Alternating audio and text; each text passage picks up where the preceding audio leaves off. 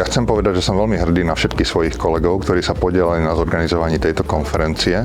Je to presne dôkaz, že aj my tu v Košiciach v firme DTIT Solutions vieme prispievať k budúcnosti Slovenska, vieme prepájať inovatívne technológie, vieme ich implementovať do praxe a zároveň využívať tú silnú komunitu akademickú, ktorá tu na východe Slovenska pôsobí, či už je to Technická univerzita alebo Univerzita Pavla Jozefa Šafárika. A som im veľmi vďačný za to, že investujú toľko času, energie a úsilia na to, aby nás posúvali neustále vpred. Aj táto konferencia nám ukázala, aké je nesmierne dôležité prepojenie univerzitného alebo teda vedecko-výskumného sektora a súkromného sektora, teda firiem.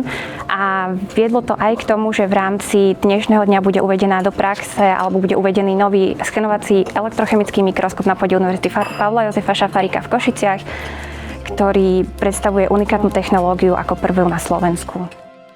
Konferenciu Sense for Health hodnotím ako veľmi úspešnú, čo sa týka prepojenia vedeckého, výskumného a súkromného sektoru s prínosom pre humánnu a veterinárnu medicínu pri riešení veľkoplošných chronických defektov a ich úspešnému kozmetickému a funkčnému uzatvoreniu v klinickej praxi.